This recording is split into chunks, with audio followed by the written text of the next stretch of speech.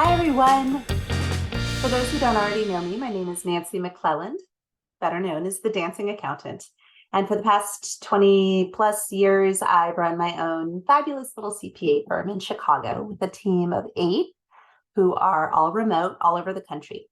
And I love attending accounting conferences. And I'm hoping that after you listen to me wax poetic about my takeaways from Scaling New Heights this past year, you might too, if you don't already. So I was working on a blog post recap of my takeaways from S&H, and I was going through all of my photos. I had like a ton of photos, and I was just thinking, man, this would be so much better as a video. Yep, it would. Which is why we're here today. So I put these slides together almost as soon as I got back from scaling in late June, going through my photos. And then I had a really busy summer and a really nasty case of laryngitis, which had me put off recording this video for Insightful Accountant for months. And I've since been to Bridging the Gap, and I'm about to leave for QuickBooks Connect and Digital CPA. And these takeaways need to be heard. So I'm going to pair this with a blog post of tips for QBC. And between them, you will have everything you need to make the most of your conference season. Now, something interesting I found in preparing this video was that my write-up of the 2016 SNH, yes, 2016, still holds true. And in rereading it, I am delighted to find my core reasons for attending are still going strong, helping me focus my practice, research tools, learn how various technologies are used in real life accounting scenarios, to get tips and tricks, network and compare notes with colleagues, and meet vendors.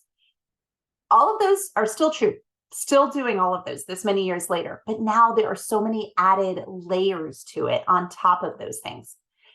By the way, that blog post is still up. Just go to thedancingaccountant.com and search for Scaling New Heights, and you will find it. So first, a few general comments about different types of conferences. I aim to attend at least one smaller scale retreat, one accounting technology conference, and one tax update conference per year. Those are my interests in particular. And everything else that I attend just falls into place based on people that I want to meet, my travel schedule, my goals for the year, and so on.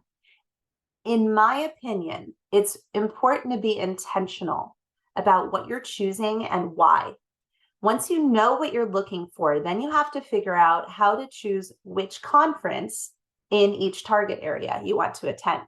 So spend some time on LinkedIn, check with your favorite webinar speakers, and of course, consult with your professional organizations. For me, that's Bookkeeping Buds, NATP, and AICPA, and with my Facebook groups to see which members are attending what. So now I can hear you. You think I can't hear you, but I can hear you.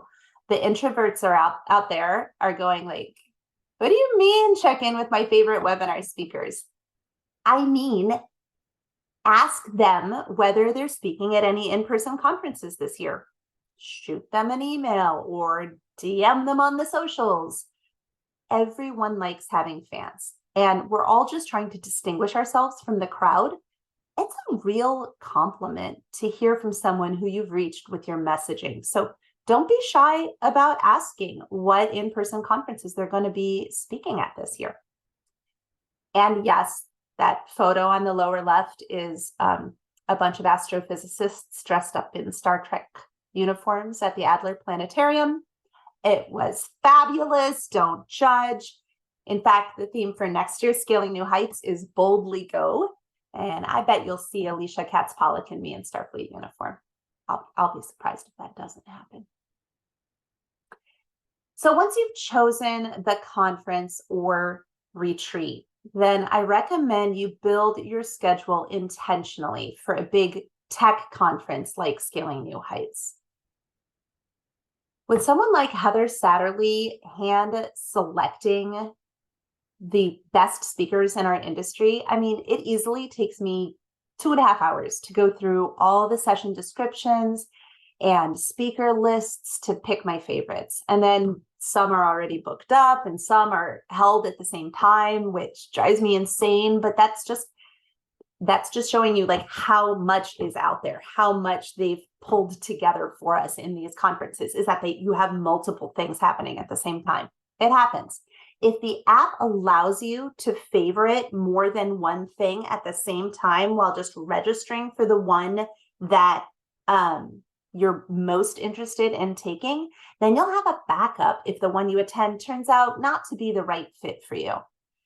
I also like to take a quick look at the PDF of the slides if they're in the app to see if the level of the class is a match for what I'm interested in learning. Making a list of vendors, that's another really good tip that you'd like to meet in the exhibit hall. It's a good planning recommendation.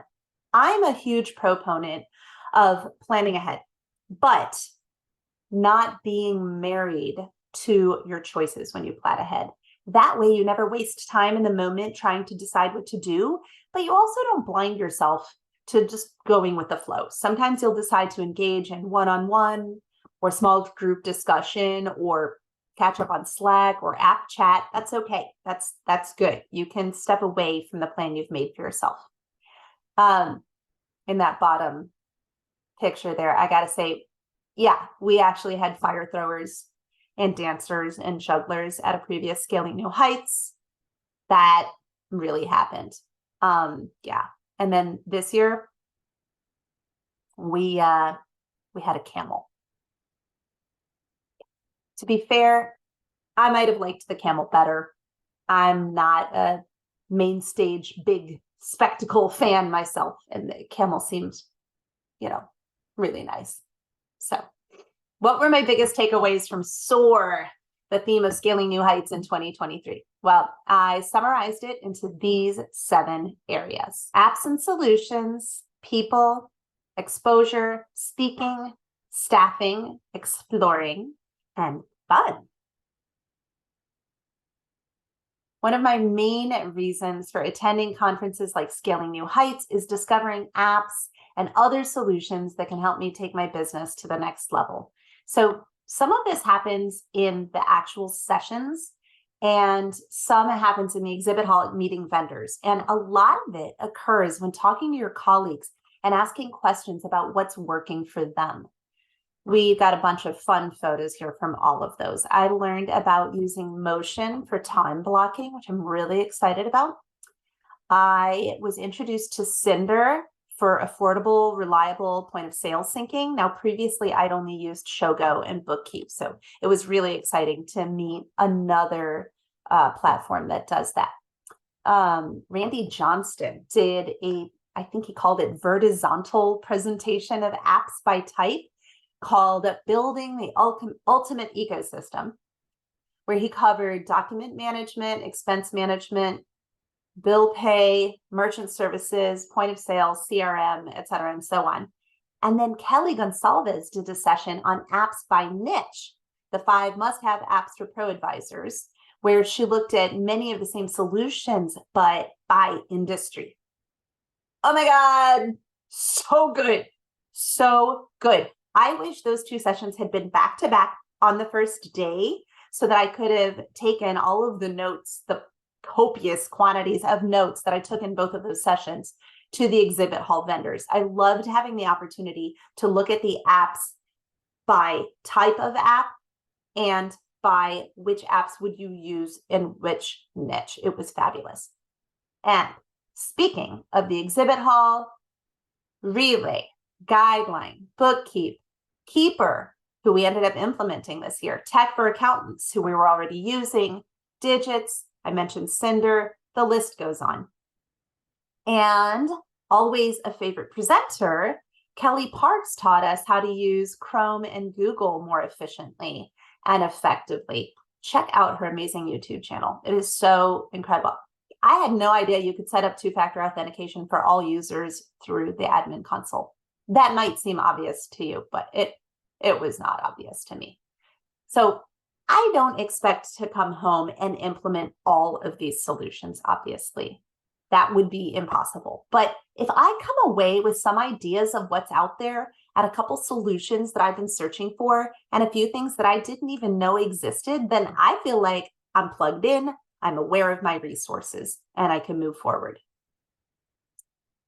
Exposure. Now, this is one of those additional layers that I mentioned earlier on, something that hasn't been a goal of mine in the past, but moving forward, I'm in the process of shifting my focus to education, outreach, and consulting.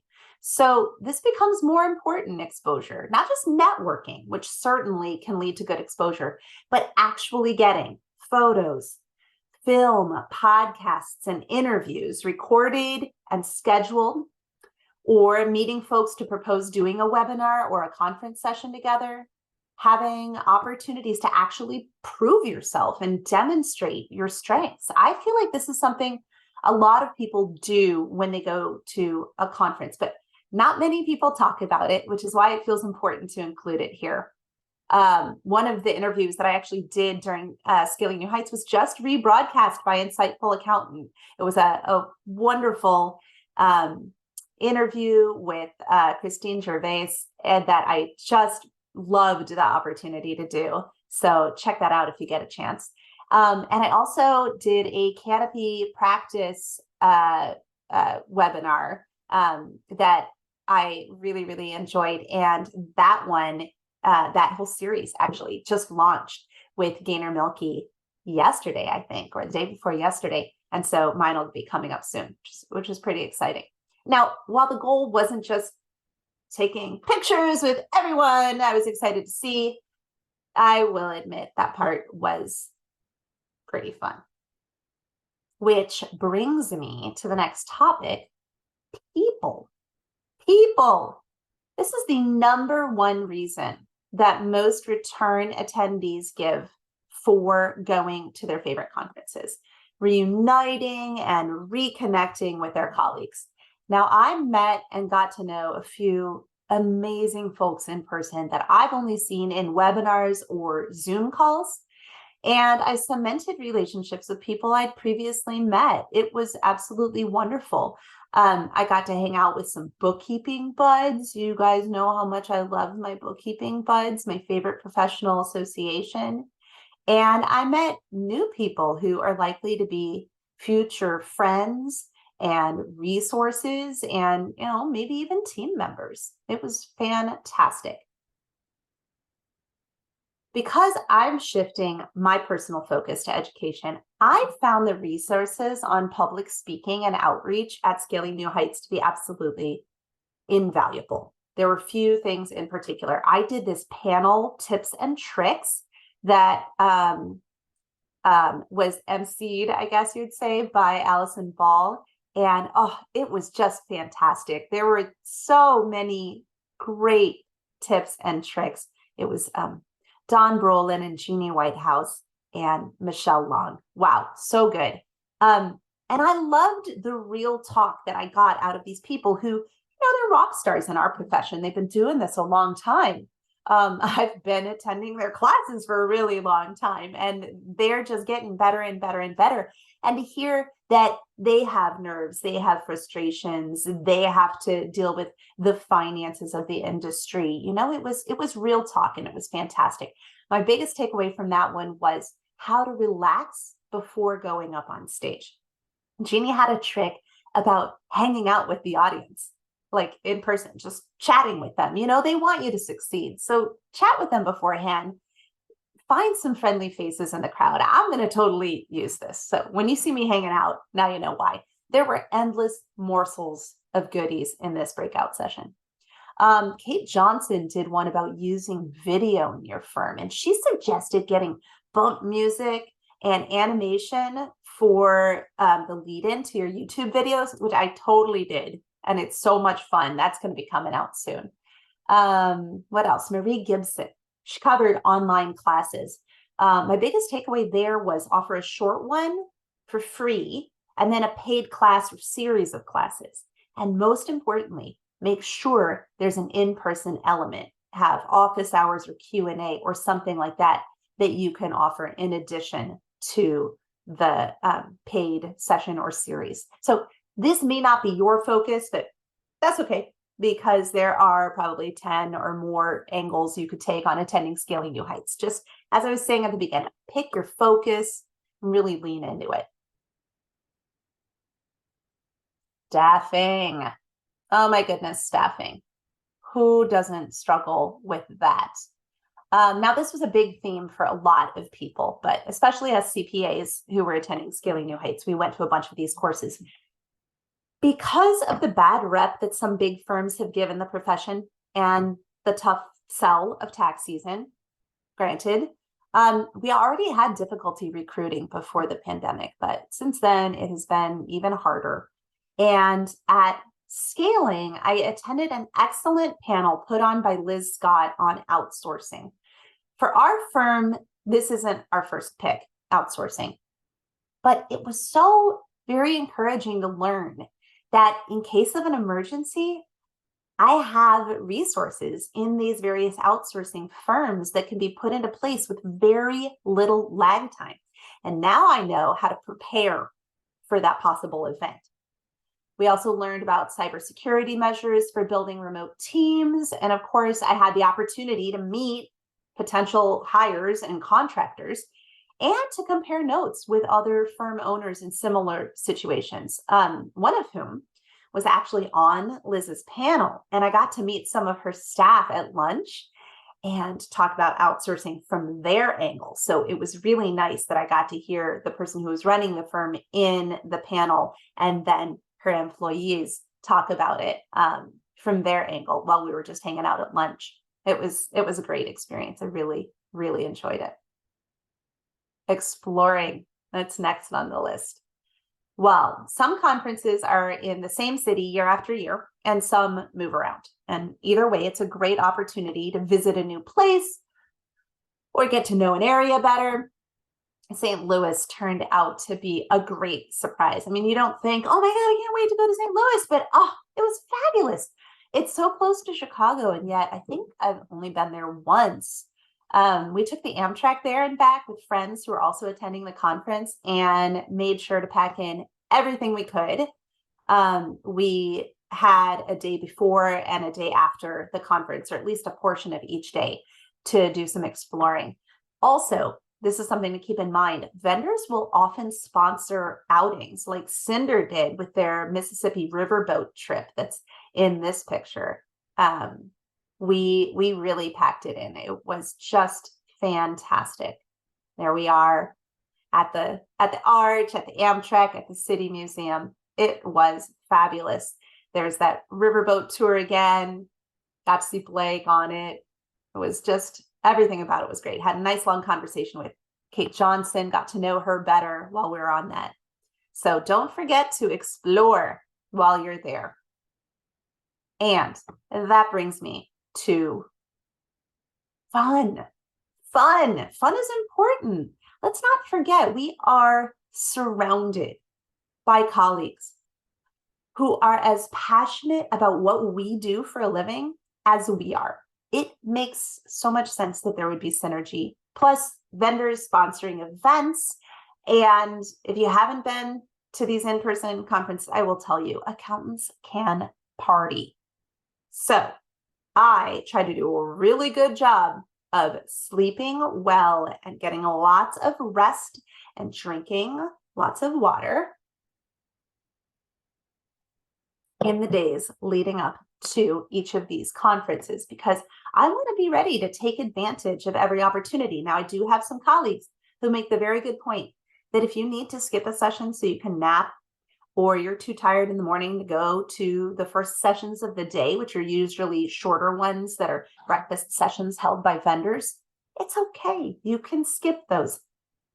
But don't overdo it at the parties such that you can't enjoy the rest of the conference. It's a balance.